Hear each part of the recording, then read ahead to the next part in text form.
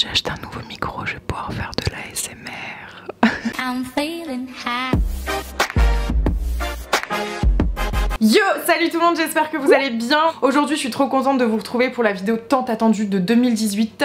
Comment poser. C'est un thème que j'ai décidé d'aborder en 2 vidéos. La première vidéo, donc celle d'aujourd'hui, ce sera 10 astuces, 10 tips pour réussir au mieux à poser, à être naturel, à trouver les poses qui nous vont bien, choisir les bonnes expressions du visage, savoir aussi quoi faire de ses mains parce que t'en as, ils sont là avec leurs mains, ils savent pas quoi en faire, et plein d'autres petits trucs que je vais vous dire et vous expliquer juste après. Et la deuxième vidéo, ce sera 10 exemples de poses à reproduire pour être à coup sûr la queen des réseaux sociaux. Et aussi, si vous avez envie de partager avec moi les photos que vous aurez faites grâce à mes petites astuces, n'hésitez pas à utiliser sur les réseaux le hashtag TiciaPhotoTips, notamment sur Instagram, où à chaque fois que vous m'identifiez ou que vous utilisez le hashtag, je vais voir. Donc juste kiffez, faites des belles photos et moi ça me fait trop plaisir de les voir, donc voilà pour ça. Et vu que vous avez quand même attendu cette vidéo un petit peu longtemps, je me suis dit que j'allais vous proposer un concours où je vous fais gagner pour 2 personnes un shooting photo avec moi en tant que photographe. C'est dispo pour toute la France, donc peu importe d'où vous venez, et aussi la Belgique. Le concours il se passe sur Instagram, je vous mettrai le lien dans la barre d'infos et ce sera sous cette photo. N'hésitez pas à aller participer, c'est vraiment pour tout le monde, ça me fait super plaisir de le faire, j'espère que vous êtes contents aussi. Et voilà, j'ai trop hâte, ça va être trop bien, bref, I'm so happy.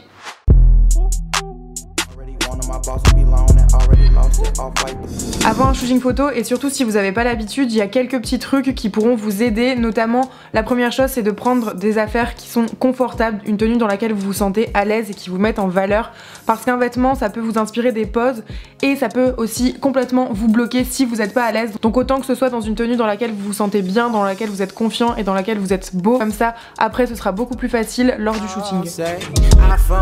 Deuxième petit point essentiel, c'est de connaître votre visage, les angles qui vous embellissent et les poses qui vous mettent en valeur.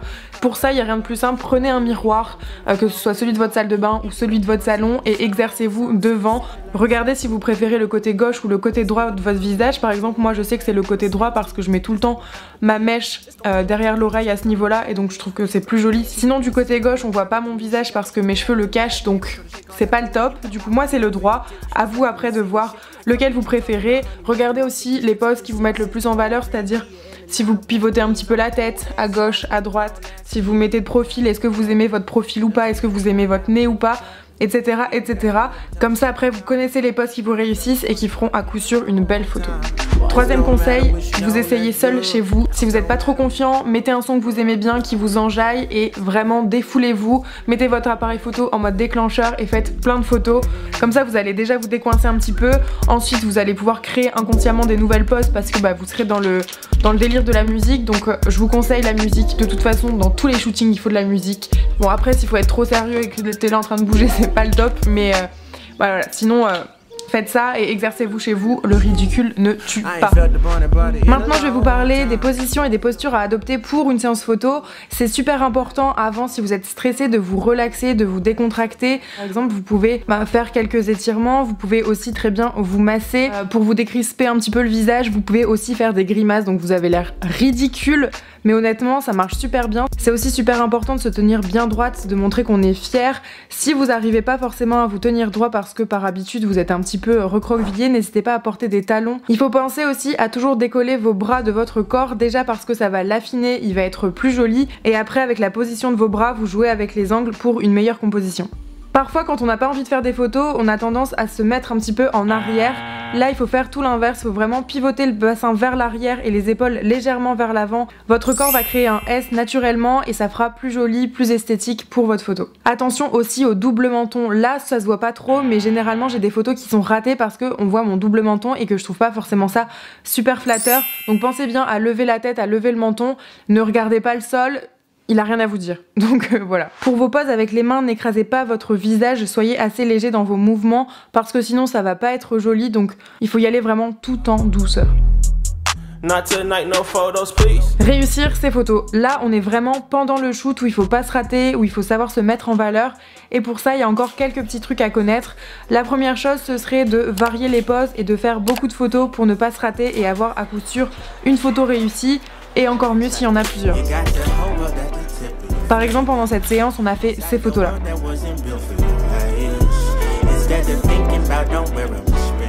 En tant que modèle, vous devez aussi savoir les positions qui par exemple vont allonger votre silhouette. Il y en a une qui est très simple, c'est mettre un pied en avant et pivoter un petit peu de profil. Comme ça, le photographe, quand il va prendre une photo en contre-plongée par exemple, vous aurez cette sensation encore plus de grandeur. Et là, vous pouvez faire croire à n'importe qui que vous faites 1m75 alors que non, peut-être vous en faites 1m50. Et franchement, c'est pas mal. Le troisième point, c'est jouer avec les angles, les courbes pour créer une belle composition, une belle harmonie au niveau de votre photo.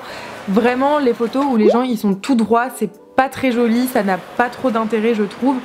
Donc avec vos bras et avec vos jambes, venez créer des formes. Par exemple, il y a très souvent ce côté un petit peu triangulaire 45 degrés que moi je fais très souvent, qui va donner une meilleure dynamique à votre photo pour que la balance soit toujours bonne.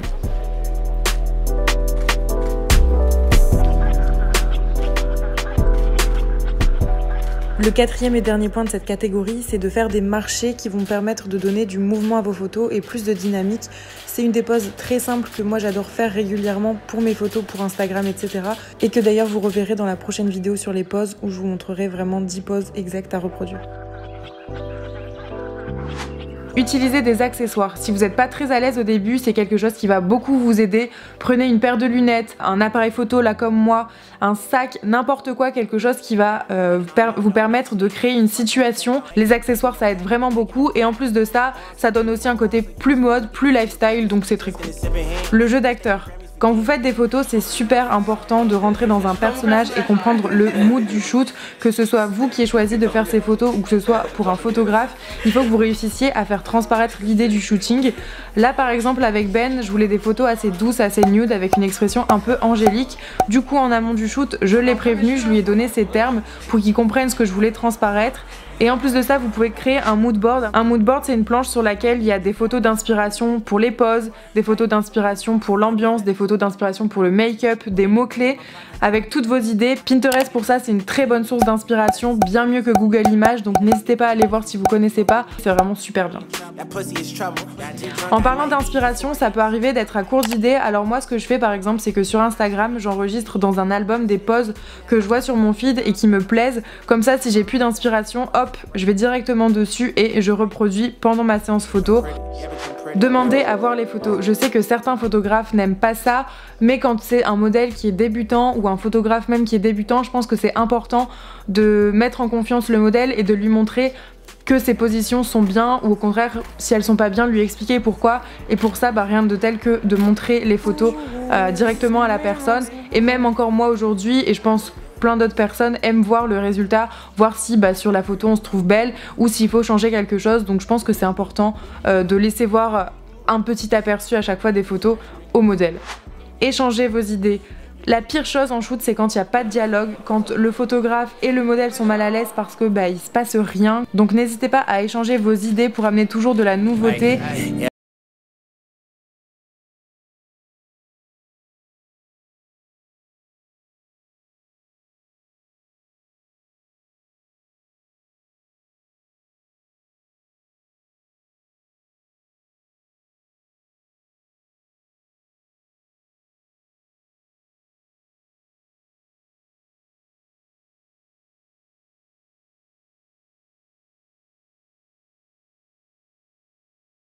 Des jeux de regard, sourire, regarder derrière l'épaule, ça va donner une certaine émotion à votre photo. Par exemple, moi ce que je fais régulièrement, c'est que j'ouvre un petit peu la bouche, ça donne un côté assez mystérieux, un petit peu hautain, j'avoue, mais après tout dépend ce que vous voulez transparaître avec votre photo.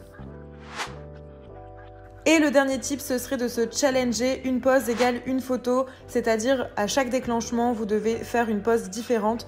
Comme ça vous permet un petit peu d'innover, de trouver de nouvelles poses. Et en plus, vu que c'est spontané, c'est souvent très réussi. Donc ne pas réfléchir et ne pas avoir peur du ridicule surtout. Ce sera vraiment le mot de la fin. Vraiment juste amusez-vous.